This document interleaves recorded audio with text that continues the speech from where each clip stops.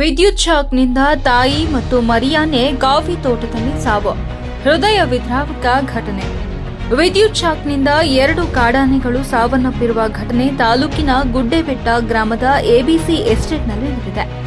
ಕಳೆದ ಕೆಲವು ದಿನಗಳಿಂದ ಮಲೆನಾಡು ಭಾಗದಲ್ಲಿ ಬಿಡುವು ಬಿಟ್ಟಿದ್ದ ಮಳೆ ತಾಲೂಕಿನಲ್ಲಿ ಪುನರ್ ಆರಂಭವಾಗಿದ್ದು, ಗಾಳಿ ಮಳೆಯಿಂದಾಗಿ ತಾಲೂಕಿನ ಉದಯವಾರ ಗ್ರಾಮ ಪಂಚಾಯಿತಿ ವ್ಯಾಪ್ತಿಯ ಕಸಗುಲಿ ಸಮೀಪದ ಗುಡ್ಡೆಬೆಟ್ಟ ಗ್ರಾಮದ ಎಬಿಸಿ ಎಸ್ಟೇಟ್ನಲ್ಲಿ ಮಳೆಯಿಂದಾಗಿ ವಿದ್ಯುತ್ ತಂತಿಗಳು ತುಂಡಾಗಿ ರಸ್ತೆಯಲ್ಲಿ ಬಿದ್ದಿದ್ದು, ಆಹಾರ ಅರಸಿ ಕಾಫಿ ತೋಟದೊಳಗೆ ಸಂಚರಿಸುತ್ತಿದ್ದ ಮರಿಯಾನೆ ಹಾಗೂ ತಾಯಿ ಯಾನೆ ಇದನ್ನು ತುಳಿದು ಸ್ಥಳದಲ್ಲೇ ಮೃತಪಟ್ಟಿರುತ್ತದೆ.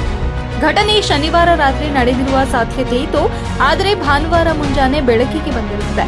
ತಾಯಿ ಆನೆಗೆ 15 ರಿಂದ 18 ವರ್ಷ ವಯಸ್ಸು, ಮರಿಯಾನೆಗೆ 4 ರಿಂದ 5 ವರ್ಷ ವಯಸ್ಸಾಗಿರಬಹುದೆಂದು ಅರಣ್ಯ ಇಲಾಖೆ ತಜ್ಞರು ತಿಳಿಸಿದ್ದಾರೆ. ಮರಿಯಾನೆ ತಾಯಿ ಆನೆಯ ಜೊತೆಗೆ ಮೃತಪಟ್ಟಿದ್ದು, ನೋಡುಗರ ಕಣ್ಣಲ್ಲಿ ಕಣ್ಣೀರು ತರಿಸುತ್ತಿದ್ದ.